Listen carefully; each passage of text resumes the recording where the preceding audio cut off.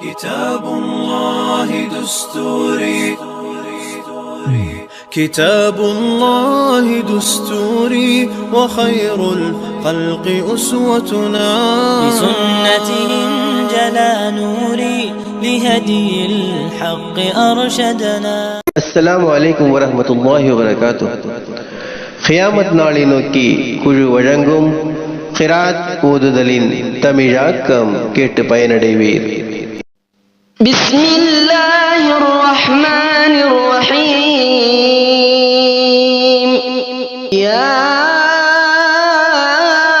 أيها الرسول لا يحزنك الذين يسارعون في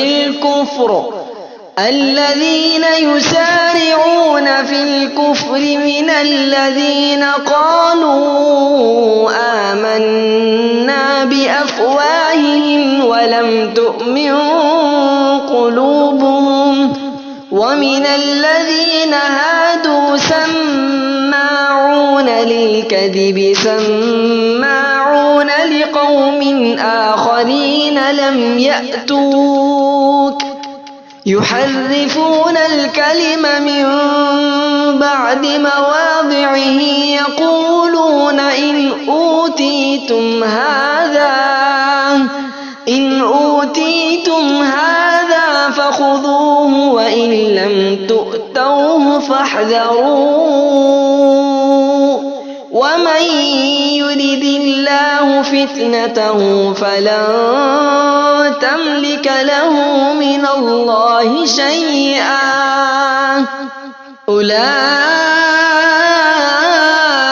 الذين لم يرد الله أن يطهر قلوبهم لهم في الدنيا خزي ولهم في الآخرة عذاب عظيم.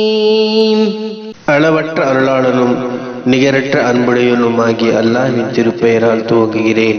தூதரே, எவர்கள் தங்கள் வாய்களினால் நம்பிக்கை கொண்டோம் என்று கூறி அவர்களுடைய இருதயங்கள் ஈமான் கொள்ளவில்லையோ அவர்களை குறித்தும் யூதர்களை குறித்தும் யார் நிராகரிப்பின் குஃப்ரின் பக்கம் விரைந்து சென்று கொண்டிருக்கின்றார்களோ அவர்களை பற்றியும் நீர் கவலை கொள்ள வேண்டாம். அவர்கள் பொய்யானவற்றையே மிகுதம் கேட்கின்றனர். உம்மிடம் இதுவரை வராத மற்றொரு கூட்டத்தினருக்கு பேச்சுகளை அறிவிப்பதற்காகவும் கேட்கின்றனர்.